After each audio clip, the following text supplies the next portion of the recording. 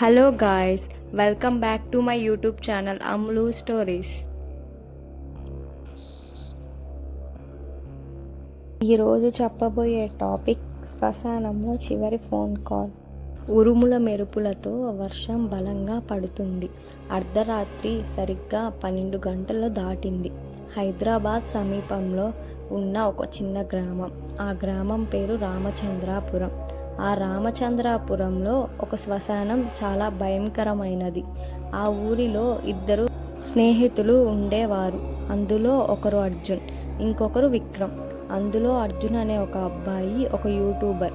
Horror videos and shorts చేస్తుంటాడు.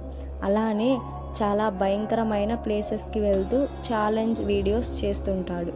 ఒకరోజు విక్రమ్ అర్జున్కి ఒక ఛాలెంజ్ ఇస్తాడు.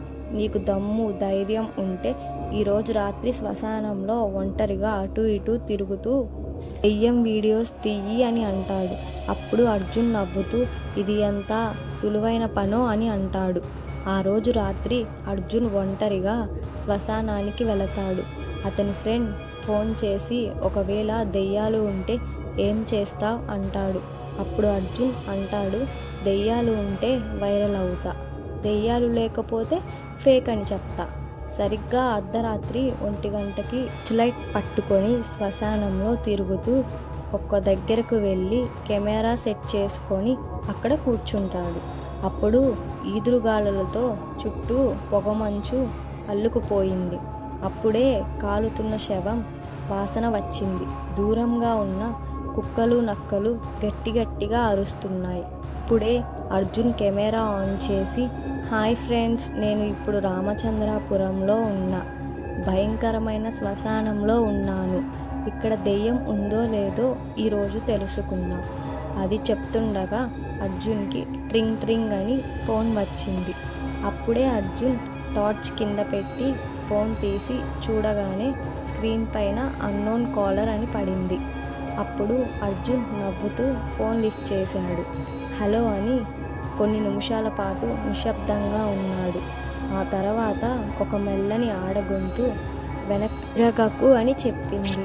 ఇప్పుడు అర్జున్ ఒక్కసారిగా భయపడతాడు. అర్జున్ భయంతో ఎవరు మీరు అని అడగగా అప్పుడే అదే గొంతు మళ్ళీ వినిపించింది. అప్పుడే అర్జున్ వెనక్కి తిరిగి చూడబోతే వెనక్కి తిరగకు, వెనకాలే ఉంది అని అంటుంది. అప్పుడు అర్జున్కి భయంతో చెమటలు పడతాయి. అప్పుడే కెమెరా ఆఫ్ అయ్యింది. అప్పుడు దూరం నుంచి గజ్జల సౌండ్ శబ్దం వినిపిస్తుంది. అప్పుడే అతని గుండె వేగంగా కొట్టుకుంటుంది. అదే ఫోన్లో మెల్లటి వాయిస్ వచ్చింది. అదే గొంతు, చెప్పా కదా వెనక్కి చూడకు అని అంటుంది. అని అర్జున్ కంట్రోల్ చేసుకోలేక పోయాడు. స్లోగా వెనక్కి తిరిగాడు. వెనక ఎవరూ లేరు. బట్ పెద్ద రావి చెట్టు, దాని కింద చల్లగా గాలి వస్తుంది. అర్జున్ రిలీఫ్గా ఊపిరి తీసుకున్నాడు. అప్పుడు అర్జున్ ఫోన్లో, హలో, ఎవరు మీరు?